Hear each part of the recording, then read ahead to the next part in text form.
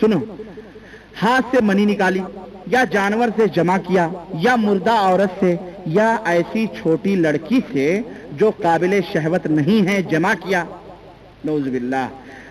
اب یہ لڑکی کون سی ہوگی؟ اپنی بیٹی ہوگی یا اپنی بھتیجی ہوگی یا تو غیر کی ہوگی؟ نعوذ باللہ، ہے کہ نہیں؟ کیا سکھا رہے ہیں مفتی صاحب؟ اور اچھا، انزال ہو گیا کیا اور انزال ہو گیا تو دم واجب ہے، ورنہ کچھ، اور اگر انزال نہیں ہوا تو کچھ بھی واجب نہیں، اور حج بھی فاسد نہیں ہوگا، حج بھی فاسد نہیں ہوگا۔ سنو مسئلہ نمبر 3، اگر آدمی سے، غور سنیں، یہ عربی لفظ ہے، میں تشریح نہیں کروں گا، آپ اشارہ کافی ہے۔ قبول مانے آگے، دبر مانے پیچھے۔ مسئلہ، اگر آدمی سے قبول یا دبر میں جمع کیا، یہ مفتی صاحب ہیں، ان کے ہاں دیکھیں کہاں ہو رہا ہے سب، اور حشفہ غائب ہو گیا، نعوذ باللہ، سونے کی حالت میں ہو یا جاگنے کی حالت میں ہو، خوشی سے ہو یا زبردستی ہو، عذر سے ہو یا بلا عذر ہو، قصدن ہو یا بھول کر ہو، انزال ہو یا نہ ہو، وقوف عرفہ سے پہلے یہ فعل کیا تو حج ٹوٹ گیا اور دم واجب ہوگا، اور عورت اور مرد دونوں محرم، خیر وہ الگ مسئلہ آ گیا۔ ہاں سوچیں آپ، یہ دیکھیں کوئی مرد، کیا ہے یہ مرد سے آگے، یہ کیا طریقہ مفتی صاحب بتا رہے ہیں؟ یہ دیوبند میں یہی سب ہوتا ہے؟ ہاں دیوبند میں یہی سب ہوتا ہے؟ میرے عزیزوں، یہ کتابیں ہیں معلم الحجاج کے نام سے، یہ حج کی کتاب ہے، اور اس کتاب کے اندر یہ گھٹیا مسائل، اس کی کیا ضرورت تھی لوگوں کو بتلانے کی؟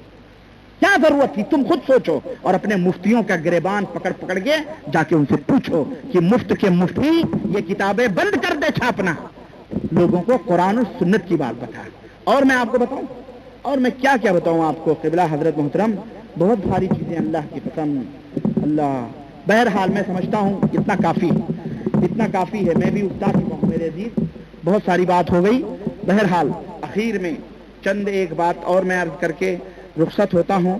حضرت جو ہے زکریا صاحب کا اپنا قبر والا نکلنے کا، حضرت نانوتوی صاحب کا اپنا، کہ قاسم نانوتوی صاحب جو ہے کس طرح سے قبر سے نکل پڑے، آپ کو پتہ ہی ہے وہ واقعہ۔ مولانا اشرف علی صاحب تھانوی نے ارواح ثلاثہ میں بیان کیا کہ دیوبند کے 2 مولویوں میں جھگڑا ہو گیا، اور جھگڑا ہوا تو جناب علی، جھگڑا اتنا طول پکڑ گیا، لمبا ہو گیا، ان میں مولانا محمود الحسن صاحب جو تھے، ان کا دل کسی ایک مولوی کی طرف مائل ہو گیا۔ ایک دن مولانا رفیع الدین صاحب صبح کی نماز مولانا رفیع الدین صاحب صبح نماز فجر کے بعد مولانا محمود الحسن صاحب کو اپنے حجرے میں بلایا، جو دارالعلوم کے دیوبند کے اندر ہے۔ مولانا حاضر ہوئے اور بند حجرے کے کواڑ کھول کر اندر داخل ہوئے۔ موسم سخت گرمی کا تھا، موسم سخت سردی کا تھا، موسم سخت، اور یوپی کی ٹھنڈی بڑی مشہور ہے، یوپی، دلی، دیوبند، ادھر کی سردی بہت مشہور ہے نا۔ مولانا نے لبادہ دیکھا تو تر تھا۔ مولانا رفیع الدین نے فرمایا کہ میرا یہ روئی کا لبادہ دیکھو، میرا یہ روئی کا لبادہ دیکھو، چادر جو تھی، کپڑا جو تھا اس کو دیکھو۔ مولانا نے دیکھا تو وہ تر تھا اور خوب بھیگ رہا تھا، ٹھنڈی میں، صبح کے وقت، اور ٹھنڈی ہوتی ہے نہیں، خوب بھیگ رہا تھا۔ فرمایا واقعہ کیا ہے؟ کہنے لگے ابھی مولانا نانوتوی صاحب رحمت اللہ علیہ اپنے قبر سے جسد عنصری کے ساتھ میرے پاس تشریف لائے تھے، اور جسد عنصری مطلب زندہ، ہاں زندہ 9 من مٹی کے نیچے سے اٹھ کر کے حضرت نانوتوی صاحب ابھی تشریف لائے تھے۔ اور سنو، اور میرے دیوبندی بھائیوں، مولویوں سے جا کے پوچھو، اور مولانا اشرف علی صاحب تھانوی کا یہ عقیدہ ہے، جن کی تعلیمات کو تبلیغی جماعت کے بھائی گلی گلی نگر پھیلا رہے ہیں، ان کو پتہ ہی نہیں بیچارے، کہہ رہے ہیں کہ میں ایک دم پسینہ ہو گیا اور میرا لبادہ تر ہو گیا، اور یہ فرمایا کہ محمود الحسن کو کہہ دو کہ وہ اس جھگڑے میں نہ پڑے، بس میں نے یہ کہنے کے لیے آپ کو بلایا ہے۔ مولانا محمود الحسن نے کہا حضرت آپ کے ہاتھ پر میں توبہ کرتا ہوں، اس کے بعد اس قصے میں کچھ نہیں بولوں گا۔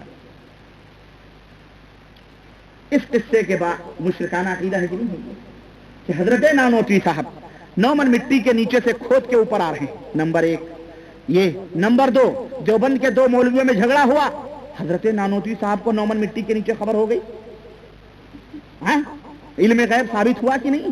گویا ان کے بزرگان دین بھی غیب جانتے ہیں، اور پھر یہی نہیں، باقاعدہ تعلیمات دینے کے لیے آ رہے ہیں، دلوں کے دھڑکنوں کو بھی سمجھ رہے ہیں، کن لوگوں میں جھگڑا ہوا وہ اسے بھی پہچان رہے ہیں، اور یہ بھی کہ مولانا محمود الحسن کا دل کسی ایک طرف مائل ہو گیا ہے، حضرت کو یہ بھی خبر ہو گئی ہے۔ یہ دیکھ رہے ہیں علیم بذات الصدور کون ہے؟ اللہ وحدہ لا شریک ہے. لیکن دیوبند کے علماء یہ عقیدہ رکھتے ہیں کہ ان کے بزرگان دین بھی علیم بذات الصدور، عالم الغیب، حاضر و نادر، کشتیاں پار کرانے والے، مشکل کشا، حاجت روا، تصرف کرنے والے مر گئے، اس کے باوجود بھی ان کی کرامتیں جاری اور سب کچھ ہو رہے ہیں. استغفر اللہ استغفر اللہ. اور سنیں، اعوذ باللہ، اور سنیں، کہتے ہیں کہ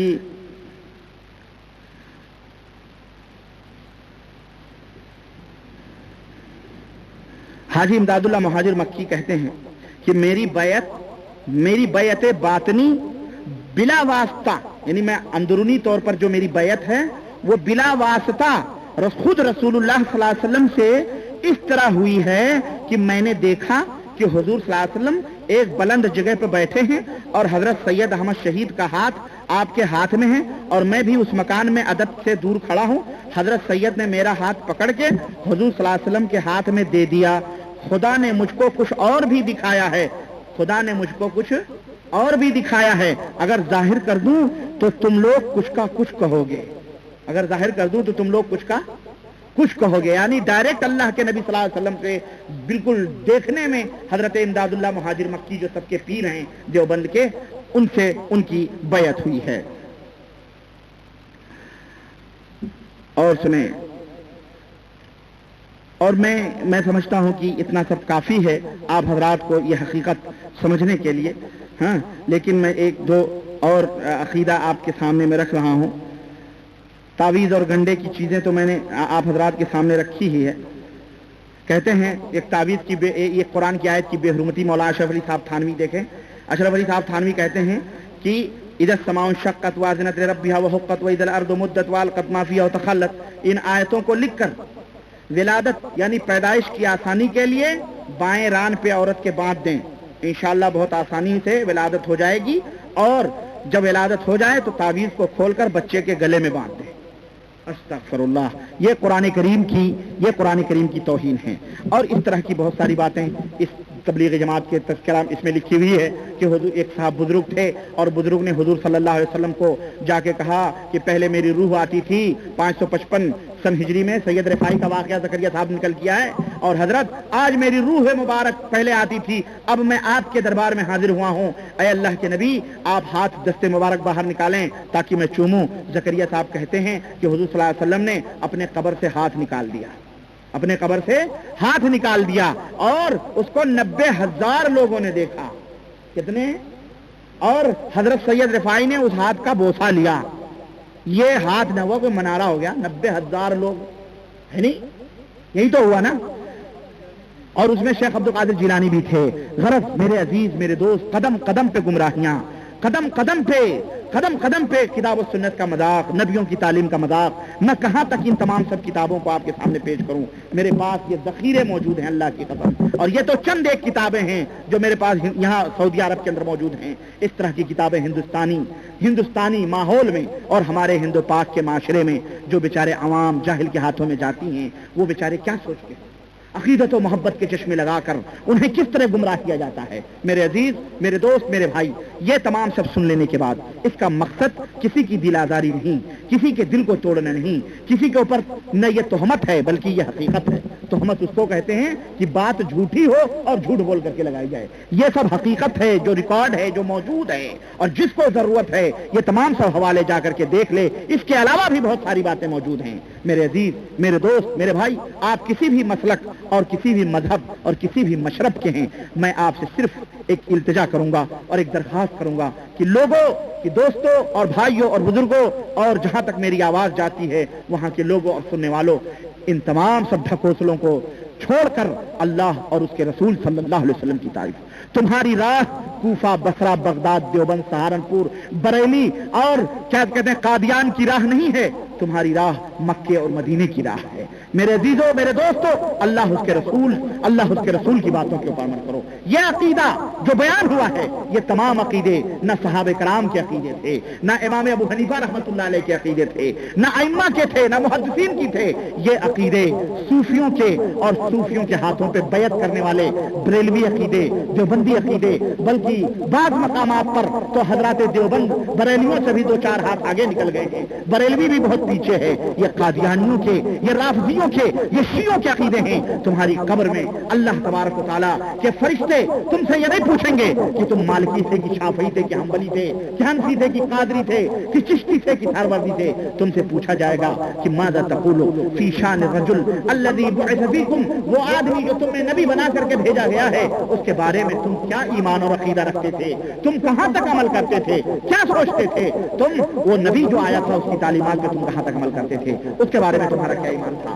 اور اس سے بھی میرے عزیز، اس لیے میری دعوت یہ ہے، میری درخواست یہ ہے کہ امت کے اندر اتحاد پیدا ہونا چاہیے، اور اس اتحاد کی بنیاد قرآن اور سنت ہونی چاہیے۔ ہمارے آپ کے درمیان اگر اختلاف پیدا ہو رہا ہے، ہم اور آپ کو اتنا سچا ایمان رکھنا چاہیے، چاہے بڑے سے بڑی شخصیت ہمارے سامنے آ کے کھڑی ہو، ہم فوری طور پر اللہ اور اس کے رسول کی طرف اس اختلاف کو پھیر دیں، اور اللہ اور اس کے رسول جو بات حکم دیں ان باتوں کو ہم تسلیم کر لیں، اور اپنے دلوں میں کسی قسم کا وسوسہ، کسی قسم کا درد اور کسی قسم کی بے چینی نہ محسوس کریں، بلکہ اللہ رسول کی باتوں کو سچے دل سے قبول کر لیں۔ یہی ہمارا، اور یہ صرف ایمان اور عقیدے میں نہیں، ایمان میں بھی، عقیدے میں بھی، اعمال میں بھی، نماز میں بھی، روزے میں بھی، حج میں بھی، زکات بھی نہیں، غرض تمام امور میں ہمیں پیغمبر اسلام جناب محمد رسول اللہ صلی اللہ علیہ وسلم کو اپنا آئیڈیل، اپنا نمونہ، لقد کان لکم فی رسول اللہ اسوۃ حسنہ، نبی کریم صلی اللہ علیہ وسلم کی مقدس زندگی تمہارے لیے بہترین نمونہ ہے۔ اس لیے میرے عزیزوں، اپنے نبی کو دیکھو، اپنے نبی کے صحابہ کو دیکھو، ہمارے نبی کے صحابہ کے ایمان اور عقیدوں کو دیکھو، اور دنیا یہ دور ہے فتنوں کا، یہ فتنوں کا زمانہ ہے، اور اس فتنے کے دور میں اللہ رسول کی طرف پلٹ کے آؤ گے، انشاءاللہ تمہاری نجات ہوگی۔ لیکن اگر مذہب کے اور جماعتوں کے ٹکڑیوں میں بٹو گے، اللہ کی قسم ضلالت اور گمراہیاں تمہارا مقدر بنیں گی۔ کیوں؟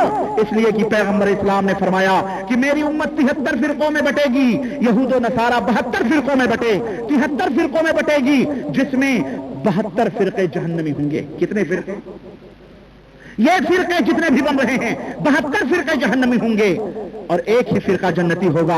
قالوا وما هي یا رسول اللہ، صحابہ نے کہا وہ فرقہ کون سا ہوگا اللہ کے نبی؟ تو آپ نے فرمایا ما انا علیہ واصحابی، جس پر میں ہوں اور میرے صحابہ ہیں، وہ عقیدہ اور وہ عمل جن کا ہوگا وہی لوگ جنت میں جائیں گے، بقیہ کوئی بھی جنت میں، سارے جہنمی ہوں گے۔ اس لیے میرے عزیزوں، اپنے اپنے ایمان کو اور عقیدے کو اور عمل کو پیغمبر اسلام جناب محمد رسول اللہ صلی اللہ علیہ وسلم کے صحابہ اور آپ صلی اللہ علیہ وسلم کے عقیدے اور عمل کے مطابق ڈھالنے کی کوشش کرو، بناؤ، اور انہی ترازوؤں پہ تولو۔ جس کا ایمان اور عقیدہ اس طرح ہے وہ صحیح ہے، اور جس کا ایمان اور عقیدہ اس طرح نہیں ہے وہ گمراہ ہے، وہ جہنمی ہے۔ یہ سارے ایمان اور عقیدے علماء دیوبند کے کتابوں کے پڑھنے کے بعد یہ نتیجہ نکلتا ہے، یہ سارے ڈھکوسلے ہیں، اور اس سے بھی زیادہ بھیانک اور خطرناک ایمان اور عقیدے اور عملی مسائل موجود ہیں۔ اللہ تعالیٰ سے ہم مل جل کے دعا کریں کہ اللہ ہمیں جو گمراہ ہیں انہیں سیدھی راہ عطا فرمائے، اللہ ہمیں جو بدعقیدہ ہیں انہیں صحیح العقیدہ بنا دے، مولا اللہ ہمیں جو بے نمازی ہیں انہیں نماز پڑھنے والا بنا دے، اللہ ہمیں جو حق سننے سے اپنے کانوں میں روئیاں ڈالی ہوئی ہیں اللہ انہیں ان روئیاں نکالنے کی انہیں توفیق عطا فرما، اور انہیں حق بات کے سمجھنے اور سننے کی توفیق عطا فرما۔ پاک پروردگار ہمیں صراط مستقیم پہ چلا، ہمیں کتاب و سنت کا سچا پکا عاشق بنا اور سچا پکا داعی بنا، اللہ اور اس کے رسول کے نام پر اپنی جان کو قربان کرنے والا بنا، سلف کے طریقے پر اور منہج پر چلنے والا بنا، آمین یا رب العالمین۔ بارک اللہ لنا ولکم فی القرآن العظیم ونفعنا وإياكم بالآيات والذكر الحكيم، وصلى الله على نبينا محمد وعلى آله وصحبه أجمعين، وما علينا إلا البلاغ، والسلام عليكم ورحمة الله وبركاته۔ اللہ حافظ۔